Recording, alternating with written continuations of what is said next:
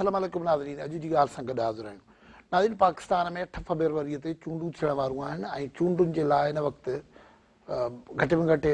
लॻे ईअं थो त मक़ामी सतह ते हर कंस्टिट्यूंसीअ में हिकिड़ो जलसनि जी हिन सर्दीअ जे मौसम में जॾहिं ख़िज़ान जी मौसम वारो माहौल पैदा थियल आहे, पर जलसनि जो ॼण त बहार आयल हुजे ऐं उन जलसनि में हिन भेरे घटि में घटि इहो ॾिसिजे थो पियो त चूंडूं रिवायती अंदाज़ में त थियनि पियूं थियूं, जेको माहौल हूंदो आहे, पर कुझु उन में नवाण बि नज़र। मिसाल तौरु मुख़्तलिफ़ हंधनि ते उम्मीदवारनि जी रस्ता रोक करे उन्हनि खां पुछाणो बि थिए पियो थो। सोशल मीडिया जो फैक्टर बि मौजूदु आहे। पॉलिटिकल पार्टीज़ वटि हिन भेरे सिंध में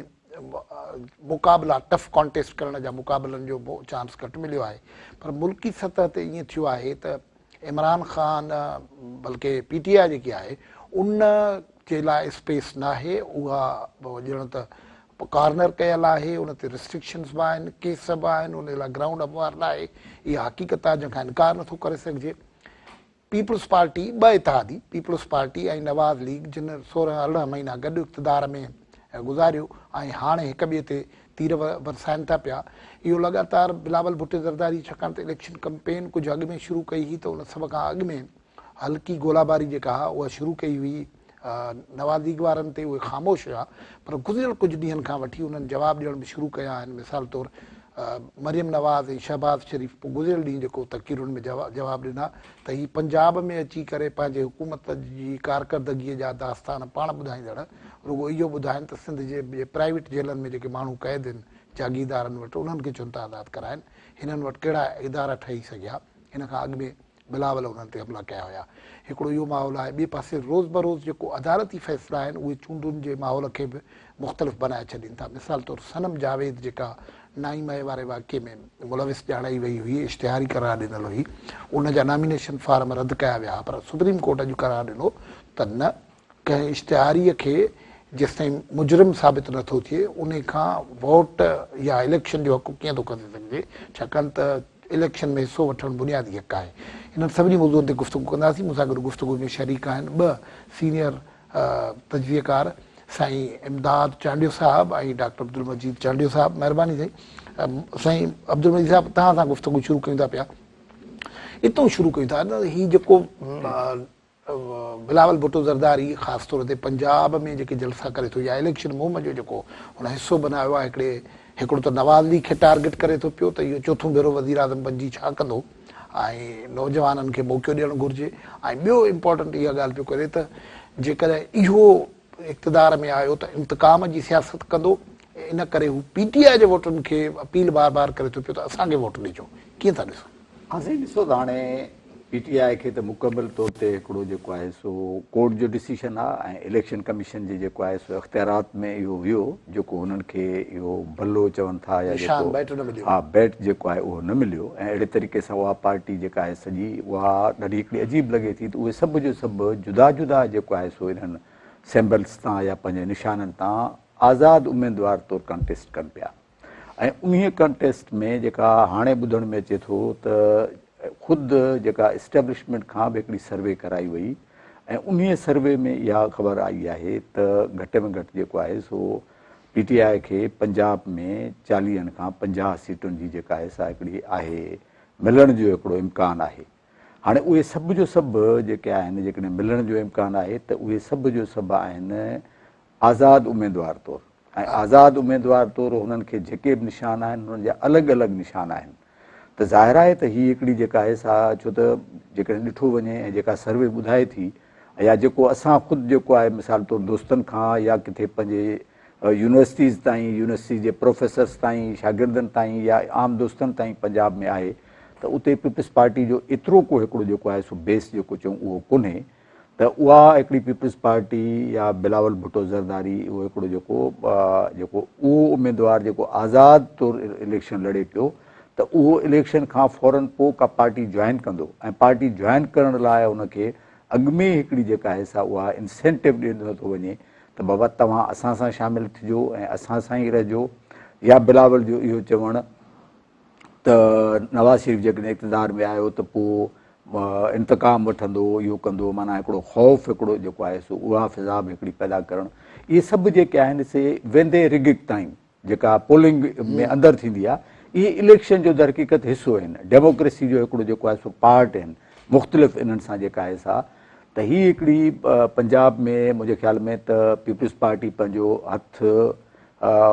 वोट जे न अचण जे करे या एतिरो जेको आहे सो न मिलण जे करे इहो आहे त अॻियां जेके 40-50 सीटुनि जी सर्वे अचे थी त उते मथे पार्लियामेंट में, नेशनल असेंबली में उहे सीटूं वेंदियूं जेकॾहिं हिनखे PTI खे, त उन्हनि ते कम अज़ कम हींअर साईं हिकिड़ी दोस्ती जो या हिकिड़ो जेको आहे सो, ऐं उन जो मिसाल अॼु आहे त सुबुह जो सवेर या राति जो देरि सां शायदि का ब्रेकिंग न्यूज़ हुई या सुबुह जो सवेर, मूं त सुबुह सवेर ॾिठो त सैफुल्ला अबड़ो जेको 197 तां इलेक्शन लड़े पियो बिलावल भुट्टो सां, उन लाहौर में मुलाक़ात कई बिलावल सां ऐं उन उते जेको आहे सो पंहिंजी पर ॾिसो न विथड्रा कई। फौरी रिएक्शन अची वियो न। मिसाल को इहो पार्टीअ जो फ़ैसिलो हुजे या त उन ते न अचे, हुनखे शोकाज़ नोटिस ॾिनो वियो आहे, 3 ॾींहंनि में जवाबु ॾींदे न त टर्मिनेट थींदे। ऐं जेकी लाड़काणे मां ख़बर आहे उहा इहा आहे त बुनियादी तौर ते रुॻो हिते न थियो आहे, सिंध में वारी सूरत हाल ॿी आहे। हिते बि मिसाल तौरु हैदराबाद में तारिक शाह जामोट ऐं शर्जील मेमण जे ख़िलाफ़ु जेके PTI जा 2 उम्मीदवार हुआ, उहो गुज़िरियल ॾींहुं हिकिड़े जलसे में हथु खणी विया आहिनि। हाणे इहो सिंध में PTI जी हिकिड़ी पंहिंजी पोज़ीशन आहे, ख़ासि क़िस्म जी पोज़ीशन आहे, हुन करे को उम्मीदवार मज़बूत न आहिनि। ऐं सैफुल्ला त ठेकेदार माण्हू आहे, हुनखे ठेके जा इंट्रस्ट बचाइणा आहिनि, उनजे करे ऐं इहो ज़ाहिर 3 ॾींहंनि खां पोइ इहो पार्टीअ खां ॿाहिरि हूंदो, जीअं लॻे थो पियो त इहो पार्टीअ खां ॿाहिरि हूंदो। पर मां जेकी PTI जे बानीअ जेको आहे इहो चई छॾियो आहे त असां न इलेक्शन खां अॻु न पोइ PPA सां ठाह न कंदासीं, उन ॾे हथ न वधाईंदासीं। इमदाद कीअं वोट जेको बिलावल बैंक पे थो करे वोट जे खे अपील करण जे लाइ, हू पोयूं तजुर्बो नवाज़ लीग ऐं PPA जे गॾु करण जो मौजूदु आहे, त कारकुननि जे सतह ते अंडरस्टैंडिंग न आहे। हिते कीअं थींदो? मुंहिंजे फ़िलहाल नाज़ साहब सूरत हाल जेका आहे पंजाब जी ऐं ख़ासि तौर ते KPK जी, त उनखे असां इहो चई सघूं था त हिकिड़ी गैर यकीनी बि आहे, पर साॻे वक़्त ते हिकिड़ी डिफ़िकल्ट जेके बि पॉलिटिकल एक्टर्स आहिनि या मेजर जेके पार्टीज़ आहिनि, ख़ासि तौर ते इन्हनि ॿिन्ही सूबनि में जेकॾहिं असां चऊं त PTI जेका आहे उन जो असर रसूख़ न आहे या उन जो वोटर्स में या माण्हुनि में असर न आहे, त इहा हिकिड़ी मुंहिंजे ख़्याल में का हक़ीक़त पसंदी न हूंदी। त इन जे करे मां सम्झां थो त उहो जेको PTI जो ट्रेंड आहे, उहो ब्लूम्सबर्ग जी जेका सर्वे आई ताज़ी, उहा तव्हांजी नज़र मां गुज़री हूंदी, त उन्हनि बि जेको पॉपुलैरिटी में पहिरियों नंबर ते, जेतोणीकि उनजी मक़बूलियत खे घटि ॾेखारियो वियो आहे, पर पहिरें नंबर ते इमरान खे रखियो अथनि, ॿिए ते नवाज़ शरीफ़ खे, ऐं उन में नवाज़ शरीफ़ खे ऐं पीपल्स पार्टी खे 3 नंबर ते, इन्हनि खे इम्प्रूव कंदे उन्हनि ॾेखारियो आहे त हिननि जी परफॉर्मेंस जेका आहे उहा इम्प्रूव थी आहे। मतिलबु नवाज़ शरीफ़ जिते कल्ह ताईं बीठल हो, अॼु उहो जेको आहे सो, ऐं मूं जेको ॾिठो आहे, पंहिंजो मुशाहिदो कयो आहे त पीपल्स पार्टी जे जलसनि में बि निस्बतन अॻे खां वधीक माण्हू। मुंहिंजो फिक्स सवाल इहो आहे त जेको बिलावल PTI जे वोटर खे पाण ॾांहुं अट्रैक्ट करे थो पियो, इहो कार्ड केतिरो कमु कंदो? मूंखे नथो लॻे त को इहो एतिरो घणो मुअसिर हुजे,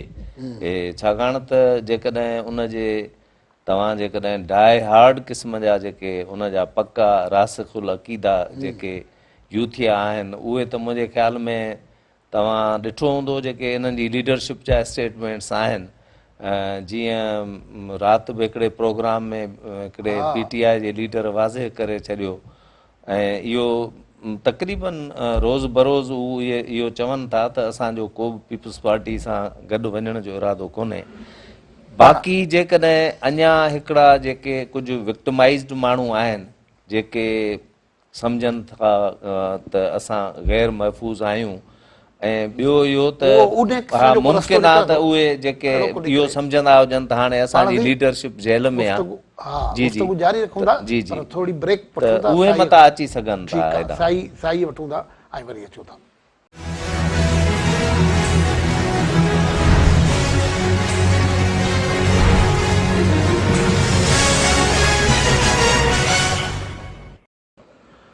वेलकम बैक। गुफ्तगू करे रहिया आहियूं पाकिस्तान जे पॉलिटिकल मंज़रनामे ते। साईं अब्दुल मजीद साहब तव्हां अचो था पिया।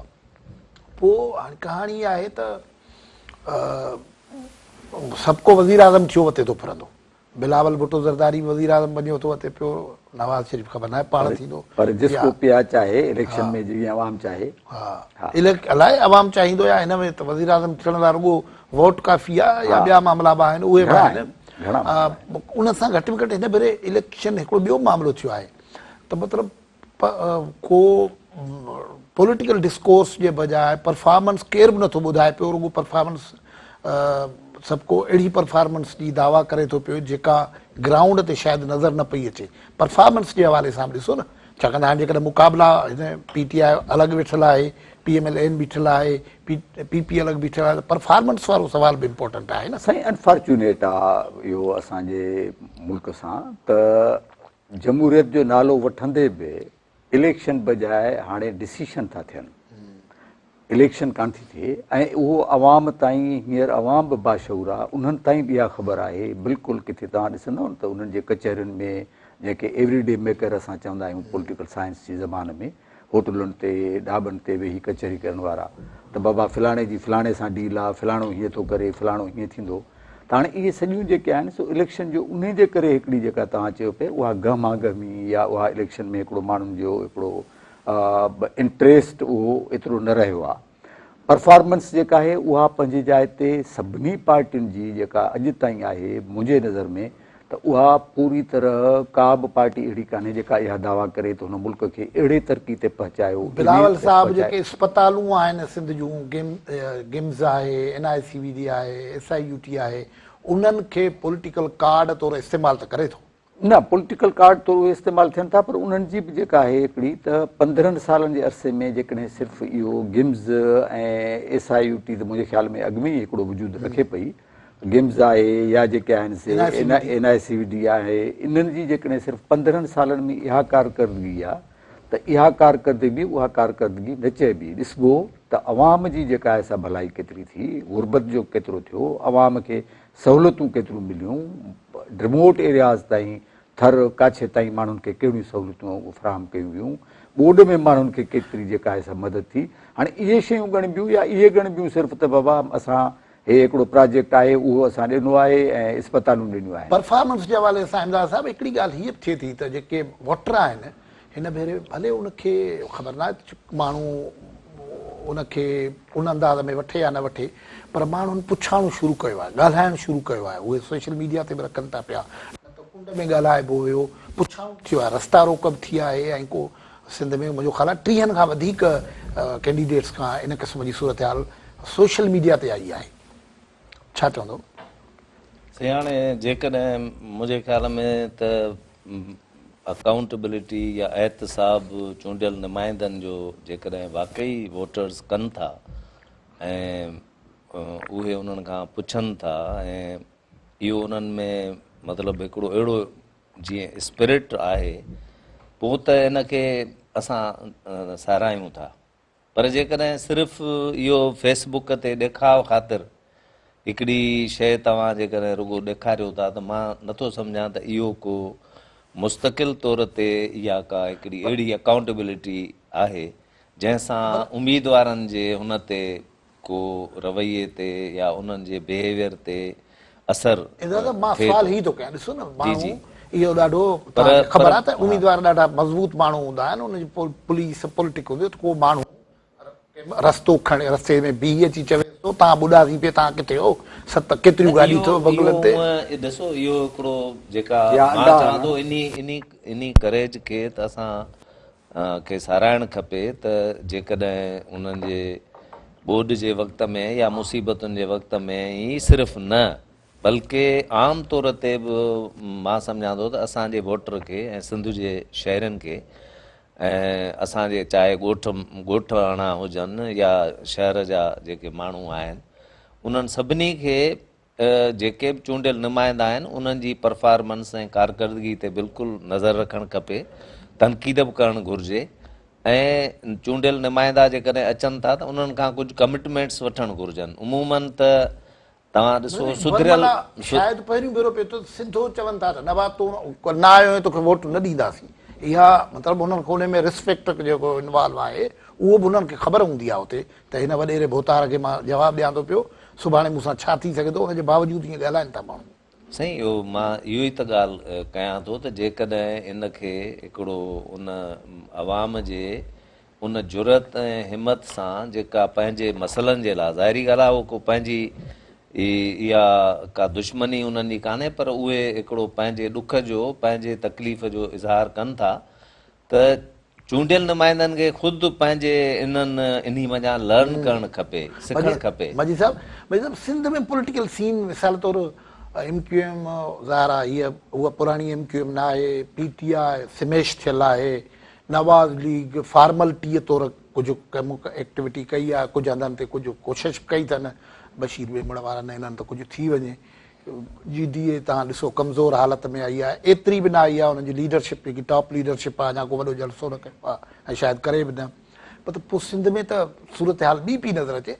हाँ, सिंध जी सूरत हाल में हिकिड़ो ॾिसो त काफ़ी पीपल्स पार्टी खे लीड हासिल आहे, पर लोकल कंस्टिट्यूंसी वाइज़ पर कंस्टिट्यूंसी वाइज़ जेका आहे उहे हाणे कुझु त ज़िला जेके आहिनि, जीअं मूंखे तव्हां सभिनी खे असांखे ख़बर आहे त कुझु ज़िलनि में त मुकमिल तौर ते लाड़काणो आहे, कंबर शहदाद कोट आहे, उते ॾिसो मुक़ाबला आहिनि उते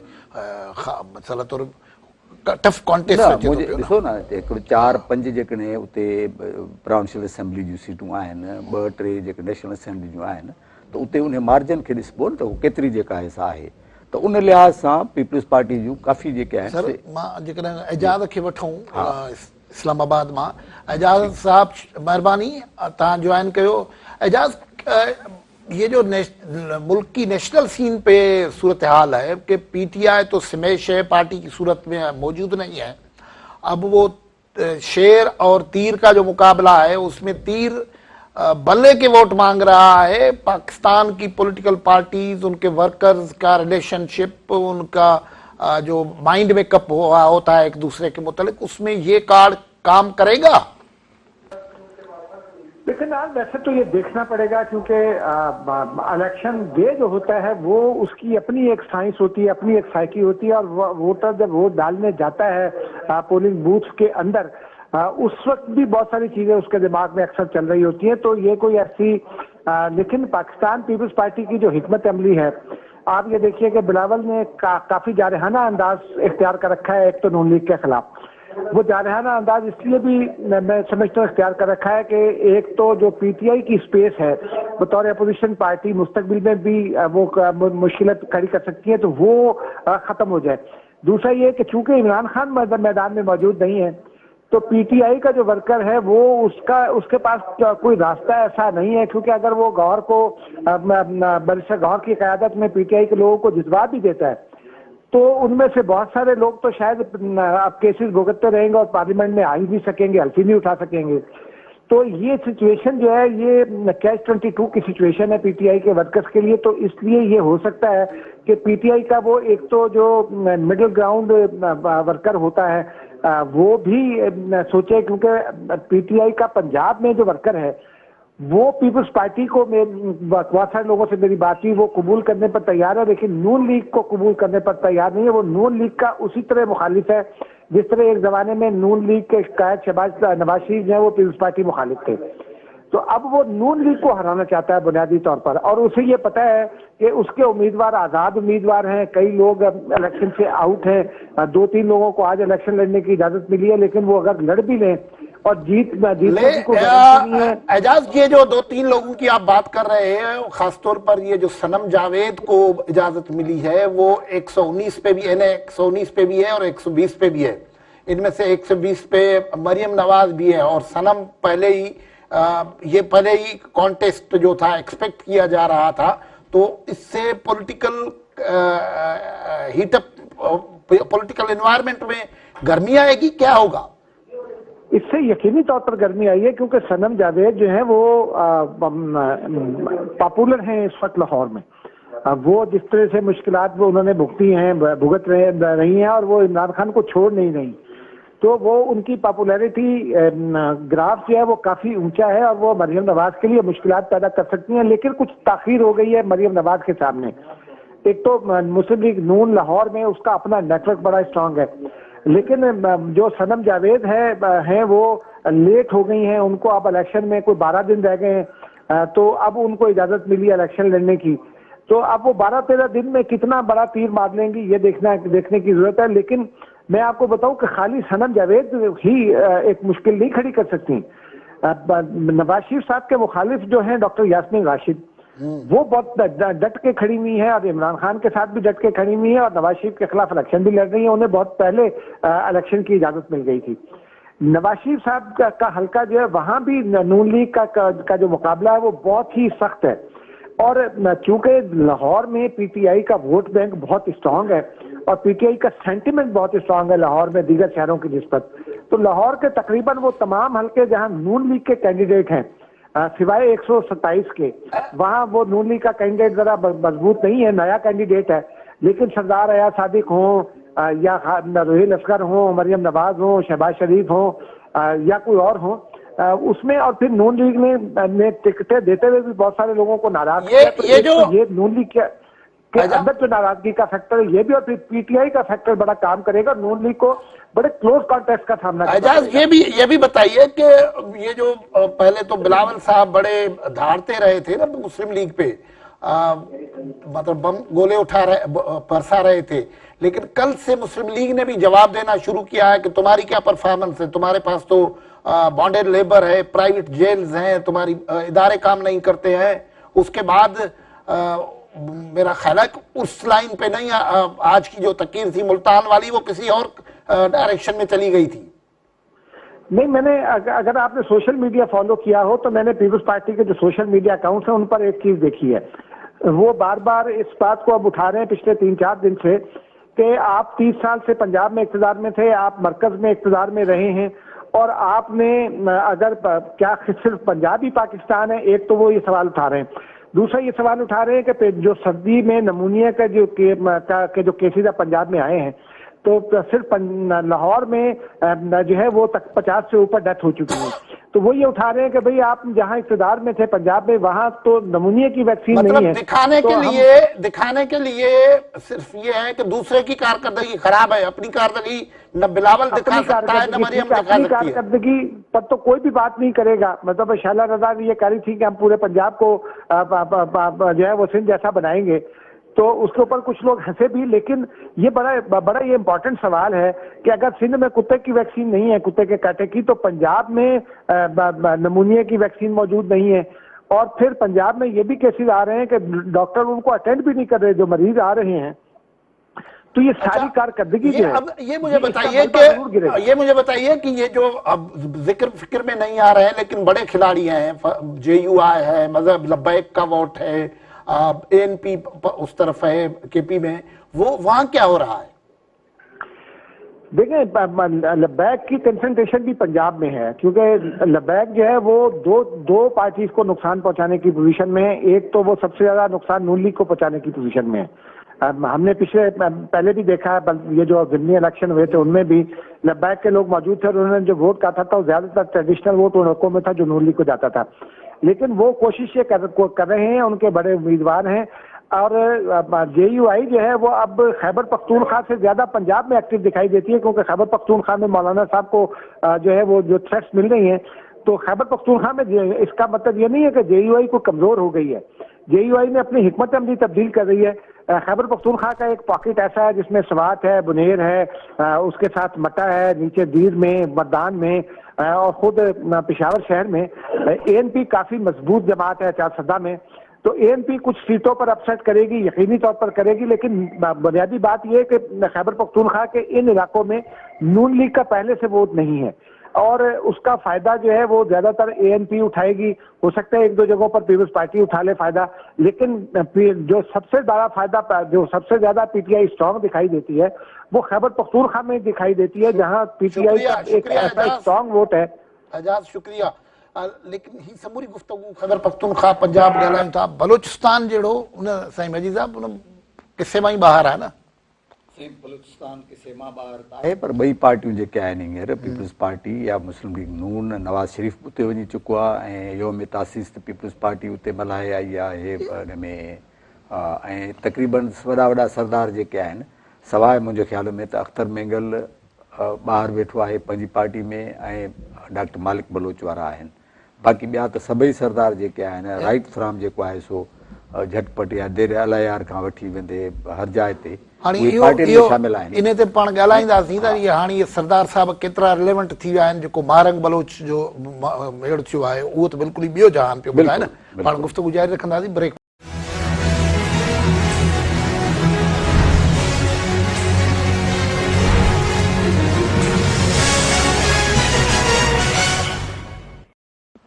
वेलकम बैक गुफ्तगू कर रहा आहियूं पाकिस्तान जे सियासी मंज़रनामे जे हवाले सां ऐं जॾहिं पोएं वक़्त में असां साई पे वरिती त ॻाल्हि हिते पहुची हुई त बलूचिस्तान साईं मजीद साहिब जो चवणो त बलूचिस्तान में पॉलिटिकल एक्टिविटी मौजूदु आहे नवाज़ लीग ऐं पीपल्स पार्टी उते वञी चुका आहिनि उन्हनि पंहिंजी एक्टिविटी बि कई आहे पर हिकिड़ो नओं मंज़र ॿिनि ॾींहंनि में साबित थियो आहे मिसिंग पर्सन जे ख़िलाफ़ु प्रोटेस्ट थियो हलियो मईन यूनिवर्सिटी इस्लामाबाद में उतां मारंग बलोच वई आहे कोयटा में तमामु वॾा माण्हू गॾु थिया हुनजो इस्तक़बाल थियो आहे ऐं अञा उहा गर्मी हले पई थी इमदाद साहिब खां मुंहिंजो सुवाल इहो हो त तव्हां बलूचिस्तान खे ॾिसंदा रहिया आहियो त मिसाल तौरु हिकिड़ी कावड़ त बलूचिस्तान में मौजूदु आहे हुननि जा इश्यूज़ आहिनि पंहिंजा उहे ज़ाहिर थियनि था पिया उहा बि आहे पर उन कावड़ वारे मंज़र में बि जेके भई नामनियाद क़ौमी पार्टियूं जेके सॾजनि थियूं पियूं उहे त मूंखे लॻभॻि लातालुक नज़र अचनि थियूं बलूचिस्तान खां इमदाद साहिब सही तव्हां चयो आहे बलूचिस्तान जो जेको मसइलो आहे उन जी हक़ीक़त खां तव्हां आगाह आहियो त शुरू खां वठी बलूचिस्तान में सूबाई ख़ुदि मुख़्तियारी जी इहा तहरीक हलंदी थी अचे ऐं इवन अरिड़हीं तरमीम जे अचण खां पोइ बि बलूचिस्तान में जेके मतिलबु कॉम्परस्त जेके कुवतूं आहिनि ख़ासि तौर ते तव्हां ॾिसो त अख्तर मेंगल या ही जेके उन खां पोइ आया नेशनल पार्टी वारा मालिक बलोच वारा इन्हनि खे बि कंहिं हद ताईं माना बर्दाश्त करे वरी तव्हां ॾिसो अख्तर मेंगल हिन वक़्तु बि मां इहो थो चवां त जेके पार्लिमानी कुवत जेका इलेक्शन जे हवाले सां रिलेवेंट आहे उन में हिन दफ़े मूंखे नज़र अचे थो त जेका क़ौमपरस्ती जी हिकिड़ी नई लहर ऐं हिकिड़ी नई अवेकनिंग बलूचिस्तान में मारंग खे जेको रेस्पॉन्स मिलियो आहे इन सां उहा जेका माज़ी में BSO जी तहरीक तव्हांखे यादि हूंदो त जंहिंमें ख़ान कलात खे जहिड़े खे शिकस्त मारंग वारो इहो त हिकिड़ो त मारंग हिननि खे ॿुधायो उन्हनि खे त ही जेके आहिनि असांजी ॻाल्हि नथा ॿुधनि ॿियो ही जेको पार्लिमानी पॉलिटिक्स वारा आहिनि उहे ख़ुदि हथु कढी वेठा आहिनि न तारीख़ त पुराणी इन में तव्हां ॾिसो त बलूचिस्तान जी जेका ख़ासि तौर ते बलूचिस्तान जी हुकूमत जेका आहे उहा केरु डिसाइड कंदो आहे उहे जॾहिं तव्हां ॾिसो त ख़ुदि यानी अनफॉर्चुनेटली इहा हिकिड़ी तल्ख़ ऐं हिकिड़ी आलम आश्कार ॻाल्हि आहे जंहिंखे पाण खुलियल राज़ चवंदा आहियूं त बलूचिस्तान में जेका हुकूमत साज़ी आहे उन में ऐं उन्हनि गैर सियासी कुवतुनि जो हिकिड़ो वॾो अमल दख़ल आहे पोएं भेरे मजीद साहिब रहंदा पोएं भेरे मजीद साहिब छा थियो जो 1500 वोटनि ते MNA ऐं MP हिन भेरे जेकॾहिं हीअ जेकी तलखी आहे कावड़ आहे जेको बलूचिस्तान मोटी वियो आहे इस्लामाबाद मां उन खां पोइ पॉलिटिकल पार्टियूं जेके वॾियूं पार्टियूं आहिनि उते हिकिड़ी बाप जहिड़ियूं पार्टियूं थियनि थियूं जेके माण्हू मेड़े जोड़े ऐं पोइ कनि था पिया पर मुस्लिम लीग पीपल्स पार्टी या मुल्की सतह जूं ॿियूं पार्टियूं नेशनल पार्टी उन्हनि जो केतिरो ॾिसो बलोच समाज में साईं हिकिड़ी जेका आहे हाणे जीअं औरतूं वयूं न्याणियूं वयूं उन्हनि जो हिकिड़ो पंहिंजो किरदारु आहे हिकिड़ी औरत उन्हनि जी ॻाल्हि न ॿुधी वई उन्हीअ में मारंग जेका आहे सा वापसि आई उन्हीअ जो अहिड़ो इस्तक़बाल थियो ऐं उन में अॼु मां ॿुधो पियो तबसरो किथे त जीअं नवाब ख़ैरबख्श मरी आयो हो वापसि अफ़गानिस्तान मां उन जो बि तमामु वॾो क्राउड हो नवाब अकबर बुगटी जे जेको आहे सो इन ते शहादत ते वॾो क्राउड हो पर ही क्राउड मारंग जेको वरितो आहे या मारंग खे जेको मिलियो आहे उहो तमामु वॾो आहे उन खां घणो अॻिते आहे कंहिं बि पॉलिटिकल पार्टी एतिरो क्राउड जेको आहे सो गॾु न कयो हाणे सूरत हाल इहा आहे त वरी 27 तारीख़ ते इन्हनि बलूचिस्तान यकजहती कमेटी जो जलसो आहे हिन में कोयटा में। सर इहो त थिए पियो, न मां मुंहिंजो पूरो फोकस कयां, होॾे आहे। इहो फोकस इन जो आहे त किथे इहा पार्टी जेकॾहिं ईअं इहो अचे थो त ख़ुदा न ख़ास्ता इलेक्शन ते किथे इहो ऐलान हुनजो जेको ॿुधूं पिया असां हिन ते त इहो आहे त किथे ऐलान थिए त असां इलेक्शन जो बाइकाट था कयूं त अवाम मथां उन में न बि पार्टिसिपेट करे, यानी एॾी हिकिड़ी सूरत मां वरी उहा साॻी ॻाल्हि थो कयां त ही मुस्लिम लीग पीपल्स पार्टी जेके मामा चाचा पंहिंजी मुल्क जूं हलनि थियूं पियूं, उहे छा थियूं कनि? उहो ईअं ई आहे जीअं क़ौमी मीडिया, क़ौमी ॿोली, क़ौमी जेके बि शयूं आहिनि उन्हनि जो पंहिंजो हिकिड़ो हूंदो आहे, उन्हनि जी अहमियत पंहिंजी हूंदी आहे, पर जेको ग्राउंड रियलिटीज़ हूंदियूं आहिनि उहे ॿियूं हूंदियूं आहिनि। त बलूचिस्तान में जेका आहे सा उहा ग्राउंड रियलिटी इहा आहे त उते हींअर जेका तंहिंजे करे इलेक्शन वारी सरगर्मीअ में ॾिसो सॼे मेनस्ट्रीम में जेको डिस्कोर्स आहे उन बलूचिस्तान में सिंग आहे। तमामु घटि आहे उते जेको आहे सो ख़ुदि जेके आहिनि उते जेका सरदारनि ते जेका वठि पकड़ थी आहे या उन्हनि ते जेको ॻाल्हायो वियो आहे जलसनि में, जेको असां हिन ते सोशल मीडिया ते ॿुधो आहे त इहो घटि थींदो आहे, घटि थींदो रहियो आहे। पर सूरत हाल इहा आहे त जेका बलूचिस्तान आहे उहो मुकमल तौर ते अलॻि हींअर उहे बिल्कुलु ई माना मेन स्ट्रीम पार्टियूं बि ध्यानु न पयूं ॾियनि, इहा ई ॻाल्हि जेकी अनफॉर्चुनेट। महिरबानी साईं इमदाद चांडियो साहब, महिरबानी डॉक्टर अब्दुल चांडियो साहब। नाज़रीन अॼु असां पाकिस्तान में इलेक्शन सूबनि में इलेक्शन जे हवाले सां सरगर्मियूं ऐं उन्हनि जो मुख़्तलिफ़ पॉलिटिकल पार्टीज़ जो जेको रोल आहे उन हवाले सां गुफ़्तगू कई। इजाज़त ॾींदा, अला भाई।